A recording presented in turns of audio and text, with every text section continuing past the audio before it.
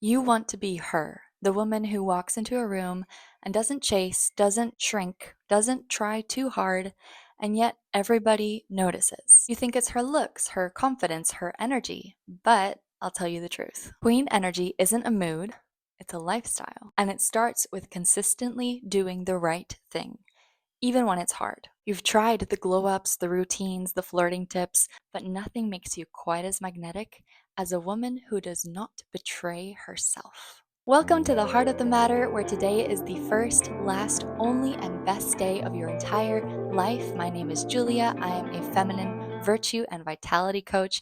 I help you return to yourself and realize that you are whole and perfect. You need nothing outside of you to validate who you are. In this video, we're going to go over what's keeping you from being a queen, what the right thing is and how to do it more often, along with vitality, how to protect it, and a story to see how the Bible is actually the blueprint to femininity. And then the third point is really the most powerful, so stay until the end to find out what this is all about. So what queen energy actually is. A queen knows that she's not trying to be someone, she's actually already being someone. She's not perfect, she's rooted. She sees perfection as wholeness, completeness, both the light and the dark together in one whole person. She moves with clarity, not inner conflict. She doesn't need validation because every single decision she makes comes from her core values. Check out this video to learn more about those and how to make decisions from them. She knows that integrity builds safety, and safety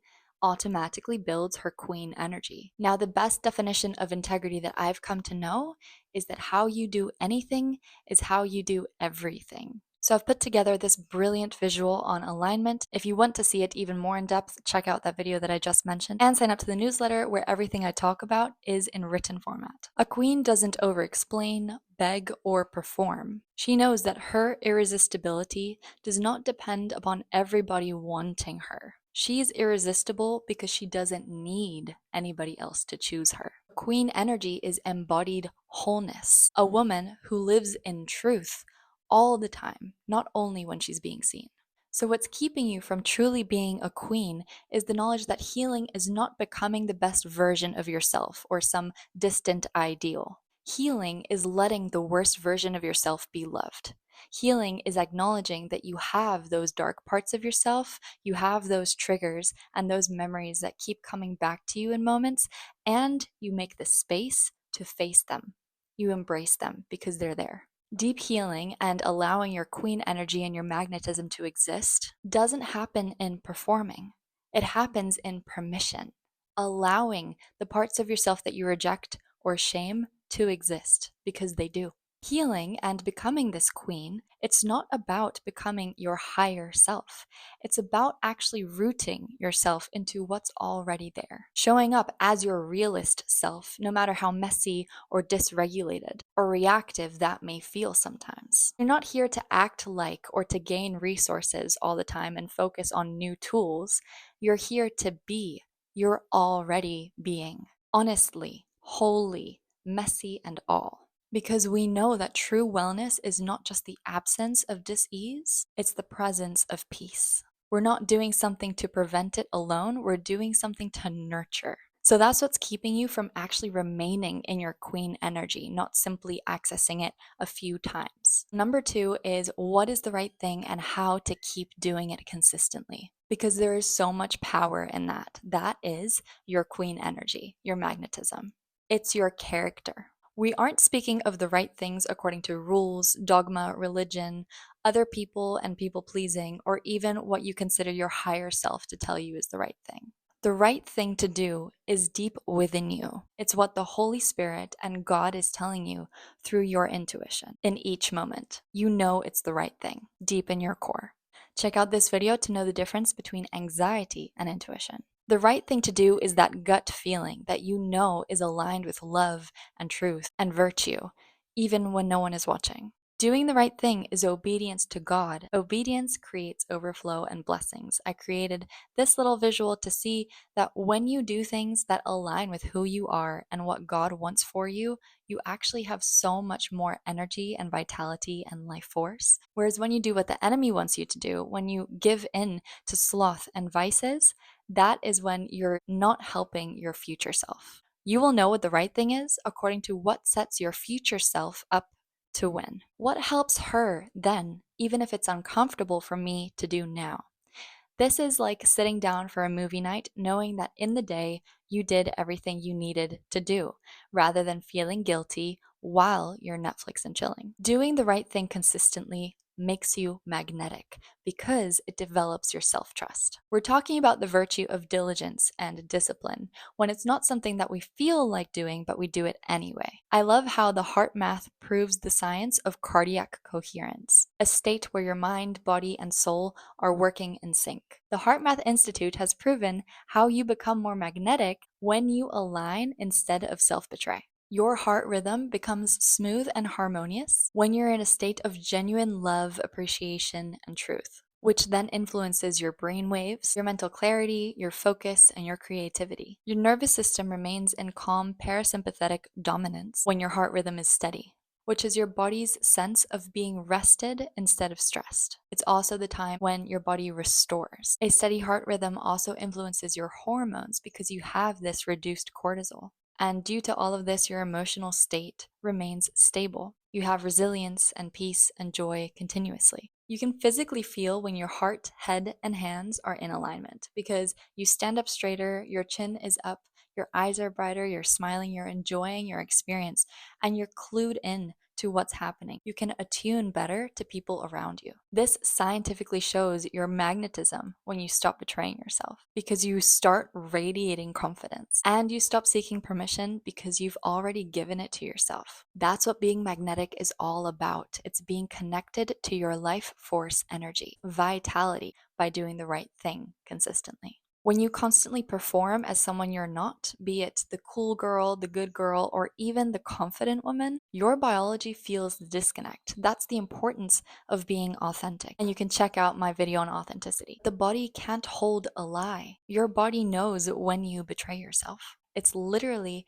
where symptoms arise. I want to share with you the beauty of biological wisdom that is German New Medicine, or as the Spanish call it, sacred medicine. Every time you reject how you actually feel about something, whether to please someone, be liked, or avoid conflict, your biology remembers. And this isn't just emotional, it's physical. According to GNM, symptoms arise once you've experienced a biological conflict shock, a moment where you're split between survival and alignment. For example, if you suppress the truth, then your body may respond with the physical symptom of a sore throat because you found it hard to swallow. It may respond with digestive issues because you just can't stomach the way that you were treated. Your body may respond with sore teeth because you didn't bite back or say what you needed to say. That is the language of the body, and that is the wisdom of biological truth found in German New Medicine. You can book the Vitality link below to talk directly with me if you have any symptoms or chronic symptoms that you'd like to discuss. Our bodies are constantly reminding us where we lied or suppressed the truth, when it was that we betrayed ourselves by communicating through symptoms. It's truly incredible. You are absolutely made in God's image. Everything in your body makes sense once you understand the story. If you want to learn more about the intro to GNM, check out the link in the description below. This is why when you consistently do the right thing, even in the smallest moments, you're actually telling your body, we're safe now, we're in integrity. That is the foundation of true magnetism, because a woman who is safe within her body radiates a frequency that no performance can fake. You don't become magnetic by chasing energy. You become magnetic when your energy comes home to you. You decide. When you consistently choose integrity, when you feel what's true, say what's real, and live in alignment, you stop creating new conflicts. So say it with me. I don't need to be perfect. I need to be honest. Honesty is perfection. A queen doesn't hide from the truth. She integrates it. Being obedient brings blessings. That's why I love this visual. It's not only about doing the right thing consistently, it's about achieving that obedience to the extent that God trusts you with higher and greater things in your life. And you have the trust in yourself that means that you will step up to that plate. The glow up you're craving isn't in your makeup, it's in your soul, mind, body, integrity. That is what builds your crown. If you're wondering what queen energy looks like in real life, Queen Esther is one of the most magnetic women in all of scripture. And not because she was perfect, but because she stopped self-abandoning. She began very modest as a Jewish orphan girl, but she was so beautiful that one day she was selected for the Persian king's harem. Her rise to true queen energy did not begin with a crown, it began with a crisis. She was positioned by God, and so are you, so pay attention. The story goes that Haman, the king's advisor, manipulates the king into signing a law that will lead to the genocide of all Jews. Mordecai, Esther's cousin and guardian, then urges Esther to risk revealing her Jewish identity and intercede with the king to stop the destruction. But here's the tension. In Persia, no one, not even the queen, could go to the king without him asking. Doing so could mean death. Although Esther is usually summoned often, she hasn't been summoned in 30 days. She knows she could lose everything by speaking up, but staying silent would mean losing her people and herself. So although she has every reason to abandon herself and betray her morals in this position, there's a fear of death or danger and just high risks overall. In her defining moment, she does three powerful things. First, she allows herself to be supported. Mordecai tells her in Esther 4:14, "If you keep silent at this time, relief and deliverance will arise from the Jews from another place. And who knows whether you have not come to the kingdom for such a time as this." He names the stakes. If you say nothing, God's plan will still go forward, but you will miss your role in it. He reminds her of her purpose by helping her reframe. Maybe this is your moment. Maybe you were born for this. He calls her higher, not through pressure, but through possibility. And this is the opposite of self-abandonment. This is her choosing to step in to her divine assignment. This mirrors how women often today don't access their queen energy until someone reflects it back to them, like a friend or a mentor. And that's what I'm here for. You can apply at the Virtue Call link below. Sometimes the first step in reclaiming yourself is allowing someone else to remind you of who you are. The second thing that Esther does is she spiritually aligns before she acts. In Esther 4:16, she replies to Mordecai, "Go, gather all the Jews and fast for me. I and my maidens will fast likewise. Then I will go to the king, though it is against the law, and if I perish, I perish."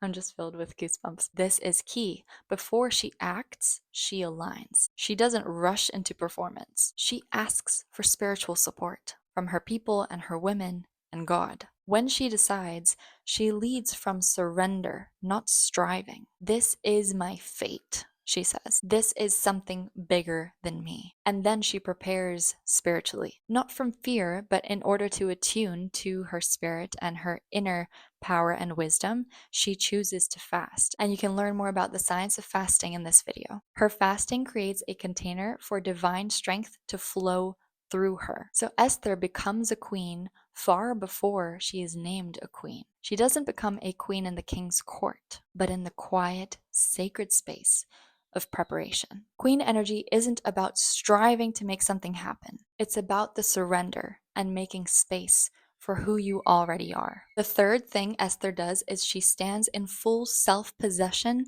and ownership without performing. Esther 5:1 says, "On the third day, Esther put on her royal robes and stood in the inner court." So she does what she said she would do. She does what she prepared for. Putting on her royal robes is a symbol to stepping into that identity and authority and embodiment as well. She does not plead, justify, or over-explain. She simply stands there and she asks for her people to be let alone. The king doesn't give her the automatic sentence of death for appearing before him without his asking. He actually agrees with her sentiment. That's what happens when a woman stops abandoning and betraying herself. She becomes undeniable, not because she chases, but because she has chosen her truth. She inspired the king to be a better man because of what choice he had to then make. The third and very powerful point of becoming magnetic is that queen energy is built in the dark. It's not about what you do once. It's about who you are when no one is watching. In other words, how you face hardship is what you are made of.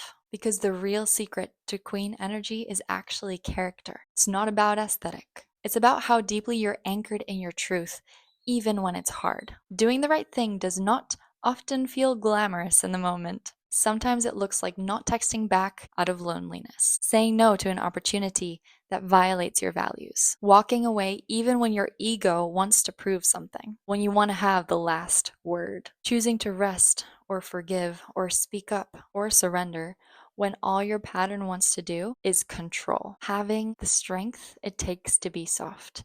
That is what creates true magnetism. Why? Because every single time you do the right thing, not the easy thing, you're telling your body, I've got you. I will not abandon you again. Every small yes to alignment builds your crown. Every no to drama, distraction, or dishonor polishes your presence. Queen energy isn't instant, it's cultivated in prayer, in self discipline, in community support, in honoring your boundaries and your becoming. So, you want to be magnetic, stop betraying yourself. Stop ignoring the part of you that's exhausted, that's afraid, that's quietly waiting for you to return.